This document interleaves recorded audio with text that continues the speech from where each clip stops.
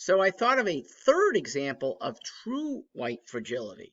Robin DiAngelo's examples, not real good. Example 1 and 2 I gave earlier.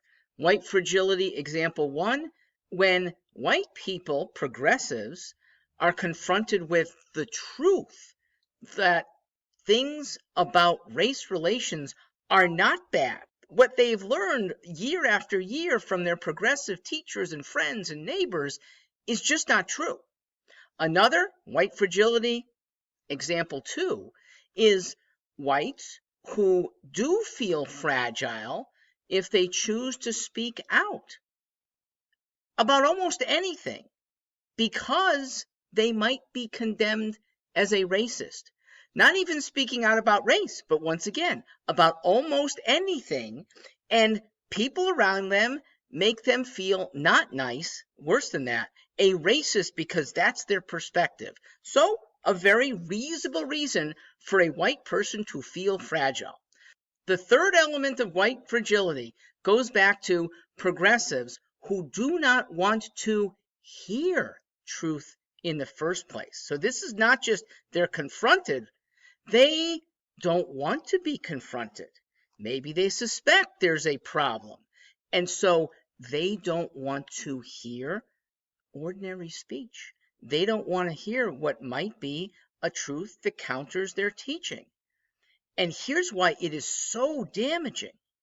Because those same progressives, or at least their militant progressive friends, keep others from speaking truth, keep them from public podiums, and sometimes do that by just plain knocking them off speakers lists.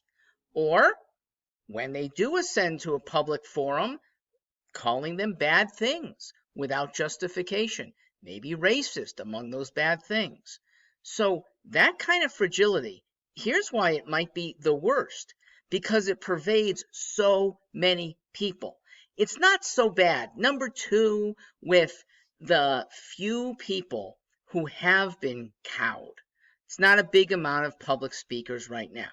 Number 1, little worse because there are many progressives, and if they're not feeling good about a confrontation of reality, I'm not happy that they're not happy. And they might be very fragile. The reason I am not so sad for them is that they tend to be fragile for so many other things. Ooh, global warming is going to kill us. The extra element of fragility to those who are already fragile, not a quantum leap. But now go back to number 3. The quantum leap in an inability to speak goes against America's First Amendment, the principles on which America is founded, that speech should do you no harm. And from a dichotomy, from issues that might grate one side versus the other, we tend to get something better, better understanding, better action. That is what Enlightenment thought gave us. Enlightenment thought helped us found America. These people are bringing the end of America if they have their way.